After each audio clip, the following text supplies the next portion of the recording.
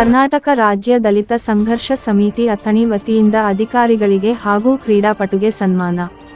ಅಥಣಿ ಅಂತಾರಾಷ್ಟ್ರೀಯ ಮಟ್ಟದಲ್ಲಿ ಪ್ರಥಮ ಸ್ಥಾನ ಪಡೆದ ಬಸವರಾಜ ತೆಳಗಡೆ ಹಳ್ಳಿಯ ಯುವಕ ನಮಗೆ ಒಂದು ಹೆಮ್ಮೆಯ ವಿಷಯ ಎಂದು ಕರ್ನಾಟಕ ರಾಜ್ಯ ದಲಿತ ಸಂಘರ್ಷ ಸಮಿತಿ ಜಿಲ್ಲಾ ಸಂಘಟನಾ ಸಂಚಾಲಕ ಸಂಜಯ ತಳವಲಕರ ಹೇಳಿದರು.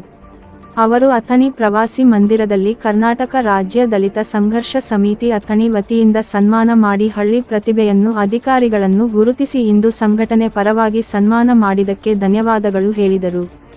ಈ ಸಂದರ್ಭದಲ್ಲಿ ನೂತನ ಅಧಿಕಾರ ಸ್ವೀಕಾರ ಮಾಡಿದ ಅಧಿಕಾರಿಗಳಾದ ಅಥಣಿ ತಾಲೂಕಾ ಕ್ಷೇತ್ರ ಶಿಕ್ಷಣ ಅಧಿಕಾರಿ ಎಂ.ಆರ್. ಮುಂಜಿ ಹಾಗೂ ಪಿಡಬ್ಲ್ಯೂಡಿ ಅಧಿಕಾರಿಯಾದ ಮಲ್ಲಿಕಾರ್ಜುನ ಮಗದುಮ ಹಾಗೂ ಸಮಾಜ ಕಲ್ಯಾಣ ಇಲಾಖೆ ಅಧಿಕಾರಿಯಾದ ಸದಾಶಿವ ಮಾಂಗ ಹಾಗೂ ನಿವೃತ್ತಿ ಹೊಂದಿದ ಅಧಿಕಾರಿಯಾದ ಬಸವರಾಜ ಯಾದವಾಡ, ಕೃಷಿ ಇಲಾಖೆ ಅಧಿಕಾರಿಯಾದ ರವಿಕುಮಾರ ಬಂಗಾರಿ ಅವರನ್ನು ಸಂಘಟನೆ ಪರವಾಗಿ ಸನ್ಮಾನ ಮಾಡಲಾಯಿತು.